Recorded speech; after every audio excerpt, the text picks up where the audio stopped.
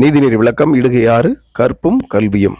கற்பு எனப்படுவது சொல் திறம்பாமை என்கின்றார் கொன்றை வேந்தனில் ஔவையார். கணவன் தன் சொல்லுக்கும் மனைவி தன் சொல்லுக்கும் மாறாக நடவாமல் இருப்பதே கற்பு. இந்த ஒழுக்க நெறி எல்லா உறவுகளிலும் எல்லா துறைகளிலும் மிகவும் தேவையானது. கல் பிளஸ் பூ கற்பு.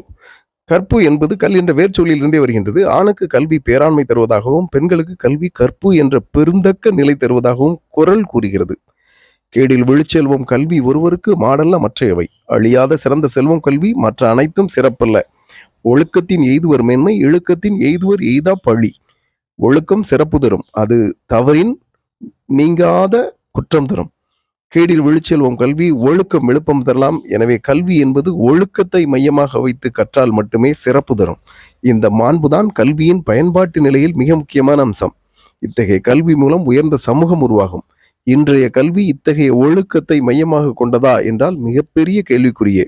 இன்று கல்வி என்பது தன் பெயரின் பின் பட்டம் போடுவதற்கும் எப்படியாவது பதவி பிடித்து அதிலிருந்து எப்படியாவது சம்பாதிக்க வேண்டும் என்ற சுயநலம் தவிர வேறு எந்த ஒழுக்கமோ தொண்டு எண்ணமோ மையப்படுத்துவது கிடையாது. ஏனெனில் உயர்பட்ட படிப்பை முடித்து உயர் தொழில் செய்து வரும் பலர் இன்றைய சமூகத்தில் ஒழுக்க நெறி பிறழ்ந்து கேவலமான முறையில் லஞ்சம் ஊழல் செய்து பணம் சம்பாதிப்பதும் இன்றைய கல்வியின் இழிநிலையால் தான். இந்த கேடு கல்வியால் வந்த காரணம் பொருள் நுகர்வு மட்டுமே வாழ்வின் நோக்கம் என்று மாறிவிட்ட சமூகத்தால் தான். கல்வியும் சமூகமும் ஒன்றோடு என்று இணைந்தே செல்லும். கொடியசைந்ததால் காற்று வந்ததா, காற்று வந்ததால் கொடியசைந்ததா என்ற பாடல் போல இன்றைய சமூக மாற்றத்தால் கல்வி சீரழிந்ததா அல்லது கல்வி சீரழிந்ததால் சமூக மாற்றம் நிகழ்ந்ததா என்பது கேள்விக்குறி. கல்வி கற்க கற்க மனதின் நல் உணர்வுகள் விரிய வேண்டும். ஆனால் இன்று இருமாப்பு, அலட்சியம், பொறுமையின்மை போன்ற ஒழுக்கக்கேடுகள் தான் விரிந்து செல்கிறது. கல்வி என்றால் என்ன? அது புத்தகங்களை படிப்பதா? இல்லை. அது பலவிதமானவற்றை குறித்த அறிவா? அதுவும் இல்லை. எத்தகைய பயிற்சியின் மூலம் மன உறுதியின் வேகமும் அதன் வெளிப்படுத்தும் தன்மையும் கட்டுப்பாட்டிற்கு உட்பட்டு பயன்தரும் வகையில் அமைகிறதோ அந்த பயிற்சி தான் கல்வியாகும். எத்தகைய கல்வி நல்ல ஒழுக்கத்தை உருவாக்குமோ, மன வலிமையை வளர்க்கச் செய்யுமோ, விரிந்த அறிவை தருமோ, ஒருவனை தன்னுடைய சுய வலிமையை கொண்டு நிற்கச் செய்யுமோ, அத்தகைய கல்விதான் நமக்கு தேவை. கற்பு என்பது ஆண் அல்லது பெண்ணின் முதல் நல்லொழுக்கம்.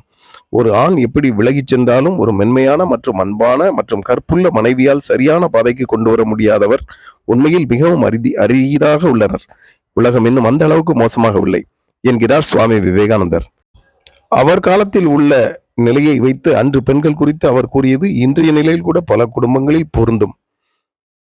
இன்றும் கூட பல குடும்பங்களில் பெண்களுடைய கற்பொழுக்கத்தின் காரணமாக அந்த குடும்பங்கள் நல்ல முறையில் சமுதாயத்தில் பெயரெடுத்து விளங்க முடிகிறது. குடும்ப தலைவர்களின் தகாத செயல் பல சமயங்களில் குடும்பங்களுக்கு பொருளாதார ரீதியாகவும் ஒழுக்க சீர்கேடு காரணமாகவும் சிறப்பு கெட காரணமாகிறது. கற்றாரை கற்றாரை காமுறுவர், கற்பிலா மூர்க்கரை மூர்க்கரே முகப்பர் என்கிறார் ஔவையார். இதிலிருந்து கற்பு நெறி உள்ளவர்களை கற்பு நெறி உள்ளவர்கள் மட்டுமே விரும்புவார்கள். குறிப்பாக கணவன் மனைவிக்கிடையே கண்டிப்பாக இருக்க வேண்டியது இந்த உறவு. ஏனென்றால் உலகிலேயே மிக நெருக்கமான உறவு என்பது திருமண பந்தத்தால் தான் வரும். அடுத்த தலைமுறைக்கு வழிகாட்டுவதும் இந்த உறவே. இன்னும் குறிப்பாக பெண்கள் கற்பை பெரிதாக எடுத்துக்கொள்ள வேண்டும் என்பது ஆண்கள் பலர் இந்நெறி கடைபிடிக்க முடியாமல் பலவீனமான மனதால் தடுமாறி தவறு செய்து வந்ததால் குடும்ப நலன் கருதி கூறியதாகும். ஆணும் பெண்ணும் நிகரெனக் கொள்வதால் அறிவில் ஓங்கி இவ்வையகம் தழைக்குமாம், ஆணுக்கும் பெண்ணிற்கும் கற்பு நெறியை பொதுவில் வைப்போம் என்றார் பாரதியார். அதே நேரத்தில் ஆனால் முடியவில்லை, குறைந்தபட்சம் பெண்ணாலாவது முடியும் என்ற காரணத்தால் தான் கற்பு அவர்களிடம் திணிக்கப்பட்டது. கற்புடைய பெண்கள் தான் சிறந்த குழந்தைகளை உருவாக்க முடியும். அத்தகைய சிறப்பு குழந்தைகள் தான் வருங்காலத்தில் சமுதாயம் செம்மையுறச் செய்ய முடியும். இதனால் தான் இல்லறவியல் பகுதியில் வாழ்க்கை துணை நலம் என்ற அதிகாரத்தில் முழுமையாக பெண்களின் சிறப்பை பற்றி கூறுகிறார். கல்வி கற்புடைய பெண்கள் போன்றது. கல்வி மூலமாக வரும் திறம் கற்புடைய பெண்கள் பெற்ற அருட்செல்வம் போல் காலத்தால் அழியாத கவிதை போன்றது. அந்த கவிதையில் உள்ள சொல் வளம் நிலைத்த புகழ் தரும் கற்பு போல் வளரும் செல்வமாகும்.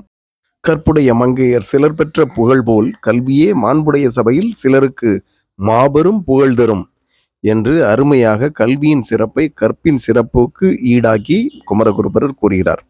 இதை நீதிநெறி விளக்கத்தில் கல்வியே கற்புடை பெண்டிர், அப்பெண்டிற்கு செல்வ புதல்வனே ஈர்ன் கவியாச் சொல்வளம், மல்லல் விருக்கையாம் மான் அவை மண்ணுறுத்தும், செல்வமும் உண்டு சிலருக்கு என்கிறார்.